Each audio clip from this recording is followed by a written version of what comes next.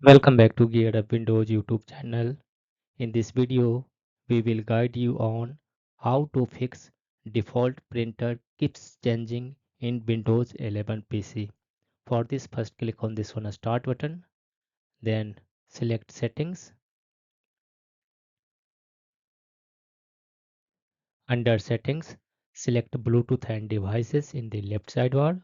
On the right, scroll down and click on this one printers and scanners. Here under printer preferences, you will find a option let Windows manage my default printer.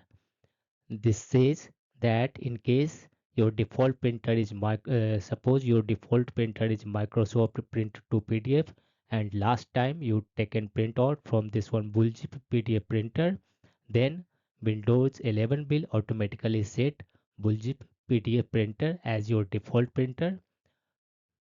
To stop this behavior of Windows 11, turn off this one toggle switch that says let Windows manage my default printer. This will not change your default printer on your Windows 11 PC automatically.